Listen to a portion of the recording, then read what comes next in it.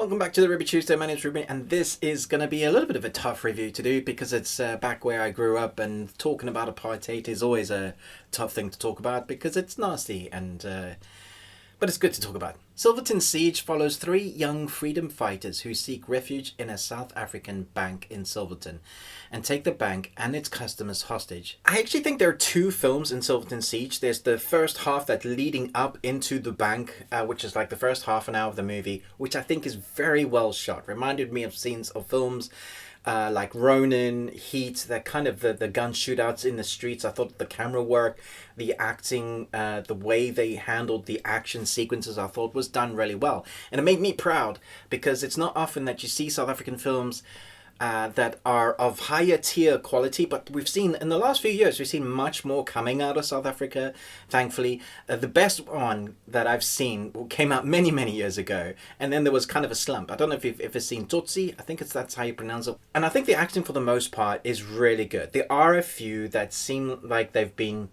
reading off a script rather than acting. They're reading their character rather than performing their character, and that's very noticeable in parts. And then I was talking about the second part of this film. Most of the film is centered around monologues of trying to get your message across about apartheid and equality and what freedom costs.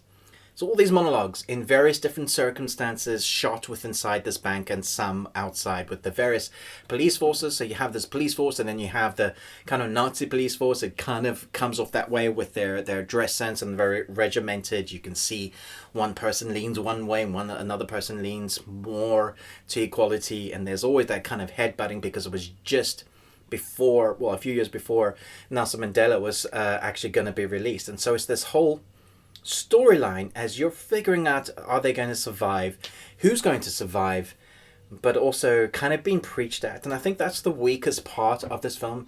It's a balancing act when it comes to you having a message of telling people that this happened, and we know this happened, but without being preached at. So you need to really have a really strong story, emotionally engaging with your actors and giving us enough background character motivation or moments or action pieces or something that's moving the story along the line without constantly preaching at them. Unfortunately, we have a lot of moments when characters are together and suddenly you find yourself there as a monologue about equality, and it does come off feeling like you are preached at. At the same time, we kind of still do need that because it's not talked about a lot. So that's what I'm talking about, this balancing line.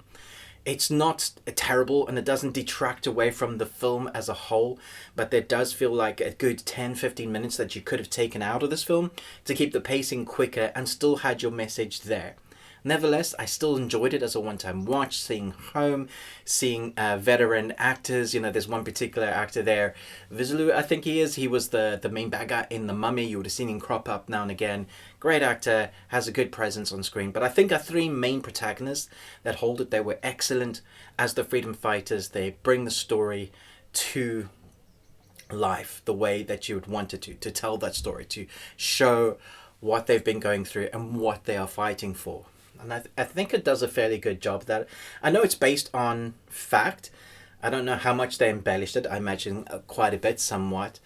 But it was an interesting story. So I'm going to give this 3 Nicolas Cages out of 5. It's an okay watch, one-time watch. I wouldn't go back and watch it anytime soon. And it's not like changing the tin on the narrative of what's happened, but it is kind of shining a light on it. What is the best film you've ever seen coming out of South Africa? Probably Mr. Blomkamp's film, the sci-fi films. You said there is a film that has a message but also disguises it in its story. Blomkamp's District 9, which I believe he's finally writing the sequel script to. So it's going to be interesting to see what you guys say, what you think is the best one. Can you think of many? Thanks so much for watching, but most of all, until next time, remember, live long on Tuesday.